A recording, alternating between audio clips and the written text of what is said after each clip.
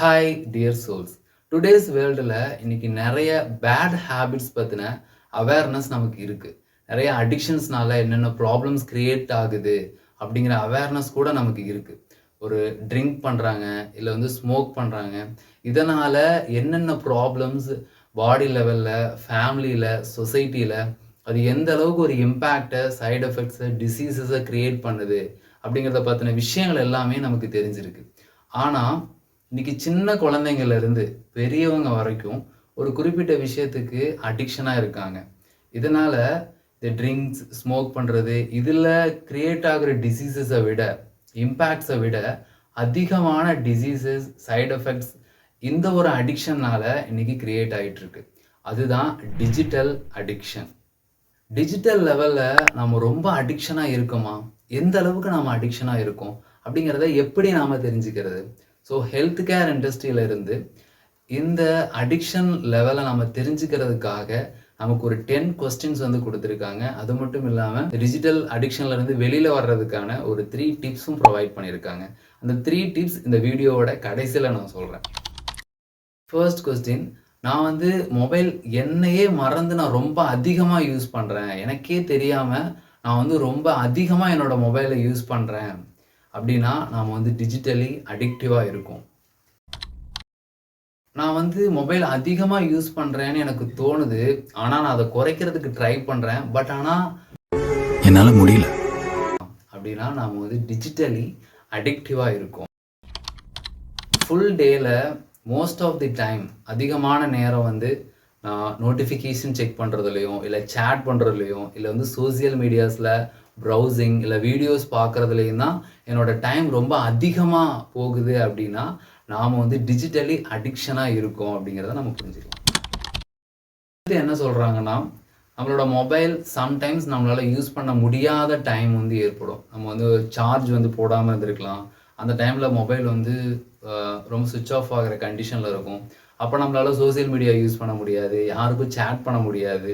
அந்த டைமில் நம்ம ரொம்ப டிப்ரெஸ்டாக, ஒரு மாதிரியாக, ஒரு கில்ட்டியான ஒரு ஃபீலிங் நமக்குள்ளே இருக்குது, ஒரு சேடாக நம்ம ஃபீல் பண்ணுறோம் அப்படின்னா நாம் டிஜிட்டலி ரொம்ப அடிக்டிவாக இருக்கோம் அப்படிங்கிறத சொல்கிறாங்க. நைட் மொபைல் நான் பக்கத்தில் வச்சுட்டே நான் தூங்குறேன், இல்லை மொபைல் யூஸ் பண்ணிகிட்டு இருக்கும்போதே நான் என்னை மறந்து அப்படியே நான் தூங்கிடுறேன் அப்படின்னாலுமே நாம் ரொம்ப டிஜிட்டலி அடிக்டிவாக இருக்கும். நாம் ஒரு ஸ்டூடெண்ட்டாக இருக்கலாம், இல்லை ஒரு ஒர்க்கிங் ப்ரொஃபஷனலாக இருக்கலாம். நம்மளோட ஒர்க்லேயோ இல்லை ஒரு ஸ்டடீஸ்லேயோ இந்த டிஜிட்டல் இம்பேக்ட் ரொம்ப அதிகமாக இருக்குது, நம்மளோட ப்ரொடக்டிவிட்டியை அதை ரெடியூஸ் பண்ணுது அப்படின்னு நம்ம ஃபீல் பண்ணால் நம்ம டிஜிட்டலி அடிக்ஷனாக இருக்கும் அப்படிங்கிறத புரிஞ்சுக்கலாம். ஃபார் எக்ஸாம்பிள், நம்ம ஒர்க் பண்ணிகிட்டு இருப்போம், ஏதோ ஒரு டைமில் பார்த்த ஒரு வீடியோஸில் இன்ஃபர்மேஷன் நமக்கு ஞாபகத்தில் வரலாம், இல்லை யாராவது கால் பண்ணியிருப்பாங்களோ, இல்லை யாராவது சேட் பண்ணியிருப்பாங்களோ அப்படிங்கிற திங்கிங் நமக்கு அடிக்கடி வரலாம். ஸோ இது நம்மளோட ப்ரொடக்டிவிட்டியை ரெடியூஸ் பண்ணும். இப்படிப்பட்ட ஃபீலிங் அடிக்கடி நமக்கு இருக்குது அப்படின்னா நாம் டிஜிட்டலி ரொம்ப அடிக்ஷனாக இருக்கோம் அப்படிங்கிறத நம்மளால் புரிஞ்சிக்க முடியுது. நெக்ஸ்ட்டு நம்ம ரொம்ப டேஞ்சரஸான பிளேஸில், இல்லை அன்வான்ட் பிளேஸில் நம்மளையே தெரியாமல் நம்ம மொபைல் யூஸ் பண்ண ஆரம்பிச்சிருவோம். டிரைவிங் பண்ணிகிட்ருப்போம், அங்கே நிறைய ஆக்சிடெண்ட் ஆகிறதுக்கான வாய்ப்பு நிறைய இருக்குது. ஆனால் அதை நம்ம கண்டுக்காமல் நம்ம மொபைல் யூஸ் பண்ணிகிட்டே இருப்போம். அதனால் நிறைய பேருக்கு அது பாதிப்பு ஏற்படுத்தும். இல்லை ரோட்டில் நடந்து போயிட்டுருக்கோம், இல்லை ஒரு டிராஃபிக்கில் நம்ம கடந்து போகணும், அந்த டைமில் கூட நம்மளையே அறியாமல் நம்ம மொபைல் ஃபோன் யூஸ் பண்ணிகிட்டே போயிட்டுருப்போம். அது அந்த இடத்துல அன்வான்ட், அது ரொம்ப டேஞ்சரும் கூட. ஆனால் அந்த இடத்துல நாம் ஃபோன் யூஸ் பண்ணுவோம். Next relationship.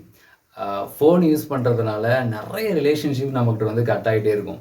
வீட்டில் ஃபோன் யூஸ் பண்ணிகிட்டு இருக்கும்போது அம்மா திட்டுறதா இருக்கட்டும், இல்லை ஃப்ரெண்ட்ஸ் கூட நம்ம பேசாமல் மொபைல் யூஸ் பண்ணிகிட்டே இருக்கிறதா இருக்கலாம், இல்லை மொபைல் யூசேஜ்னால நிறைய ரிலேஷன்ஷிப் கட்டாகிறதா இருக்கலாம். ஸோ இந்த டிஜிட்டல் டிவைசஸ் மூலமாக நம்மளோட ரிலேஷன்ஷிப் கட் ஆகுதா அப்படிங்கிறத நம்ம பார்க்கணும். இதில் நம்ம தெரிஞ்சுக்கலாம் நம்ம அடிக்டிவாக இருக்கோமா இல்லையா அப்படிங்கிறது. அடுத்து இந்த நோட்டிஃபிகேஷன் வந்த உடனே நம்ம ஏதோ ஒரு ஒர்க் பண்ணிகிட்டு இருப்போம், இல்லை ஏதோ ஒரு விஷயம் பண்ணிகிட்டு இருப்போம், சின்னதாக ஒரு நோட்டிஃபிகேஷன் வந்துட்டால் போதும், உடனே நமக்கு அதை எடுத்து பார்க்கணும் அப்படிங்கிற ஒரு டெம்ப்டேஷன் நமக்குள்ளே உடனே வர ஆரம்பிச்சிடும். நம்மளே அறியாமல் நம்ம டக்குன்னு எடுத்து பார்த்துருவோம். ஸோ இப்படி நம்ம அன்கண்ட்ரோல்டாக நம்ம மொபைலில் நோட்டிஃபிகேஷனை பார்க்குறோம், இல்லை பார்க்குறதுக்கு தோணுது அப்படின்னா நாம் டிஜிட்டலி அடிக்டிவாக இருக்கோம் அப்படிங்கிறத நம்மளால் தெரிஞ்சுக்க முடியுது. த லாஸ்ட் ஒன் என்ன அப்படின்னா, நாம் வந்து மொபைல் ஃபோன்லேருந்து வெளியில் வரணும் அப்படிங்கிறத நினச்சி ரொம்ப கவலையாக, ரொம்ப கில்ட்டியாக, ரொம்ப ஆங்ஸியஸாக நம்ம ஃபீல் பண்ணுறோம் அப்படின்னா, நாம் வந்து டிஜிட்டலி அடிக்ஷனாக இருக்கும்.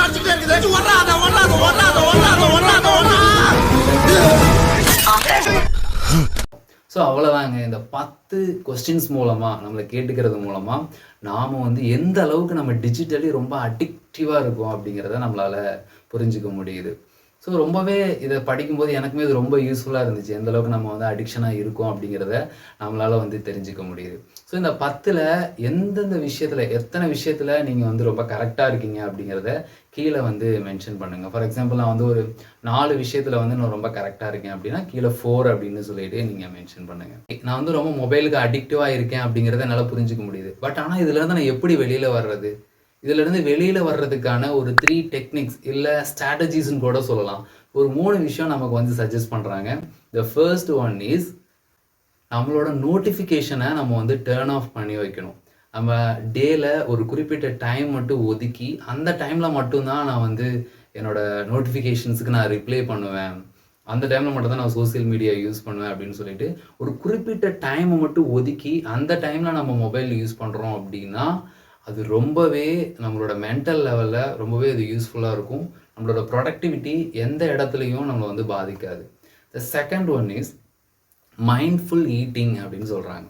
சாப்பிடும்போது நம்ம மொபைல் யூஸ் பண்ணிகிட்டே நம்ம சாப்பிடக்கூடாது. அது வந்து மென்டல் லெவலில் மிகப்பெரிய மாற்றத்தை ஏற்படுத்துது அப்படின்னு சொல்கிறாங்க. ஸோ மொபைலெலாம் நம்ம ஒதுக்கி வச்சுட்டு நம்ம என்ன சாப்பிட்றோம் அப்படிங்கிறத அந்த டேஸ்ட்டை அந்த ஸ்மெல்லை நம்ம ஃபீல் பண்ணி நம்ம சாப்பிடும்போது அந்த மைண்ட்ஃபுல் ஈட்டிங் வந்து ப்ரொடக்டிவிட்டியை ரொம்ப அதிகமாக்குது. அது பண்ணுறது மூலமாக நம்மளால் இந்த டிஜிட்டல் அடிக்ஷன்லேருந்து நம்மளால் வெளியில் வர முடியும். த தேர்ட் ஒன் இஸ் நம்ம எல்லாருமே பண்ணுற மிகப்பெரிய தப்பு என்ன அப்படின்னா, காலையில் எந்திரிச்ச உடனே நம்ம பல்லு தேய்க்கிறோமோ இல்லையோ மொபைல் தேய்ச்சிட்டே இருப்போம். அதை தான் வந்து சொல்கிறாங்க. காலையில் எந்திரிச்ச உடனே ஒரு 2 ஹவர்ஸ் ஆச்சு மார்னிங்கில் நம்ம மொபைல் வந்து டச் பண்ணவே கூடாது, மொபைல் வந்து யூஸ் பண்ணவே கூடாது அப்படின்னு சொல்கிறாங்க. ஸோ அந்த 3 ஸ்ட்ராட்டஜிஸ் நம்ம யூஸ் பண்ணுறது மூலமாக நம்மளால் இந்த டிஜிட்டல் அடிக்ஷன்லேருந்து ஓரளவுக்கு நம்மளால் வந்து வெளியில் வர முடியும். இது எல்லாமே பர்சனலாக என்னோடய லைஃப்பில் நான் அப்ளை பண்ணி பார்த்தேன். ரொம்பவே யூஸ்ஃபுல்லாக இருந்துச்சு. கண்டிப்பாக நீங்களும் இதை அப்ளை பண்ணிவிட்டு எப்படி இருந்தது அப்படிங்கிற எக்ஸ்பீரியன்ஸஸ் வந்து கமெண்ட்டில் வந்து சொல்லுங்கள். ஸோ இது ரிலேட்டடான நிறைய வீடியோஸ் வந்து நம்மளோட சேனலில் அடுத்தடுத்து நம்ம போஸ்ட் பண்ணுவோம். நெக்ஸ்ட் வீடியோவில் இன்னும் ஒரு யூஸ்ஃபுல்லான கண்டென்ட்டோட உங்கள் எல்லாரையும் வந்து மீட் பண்ணுறேன். பாய்.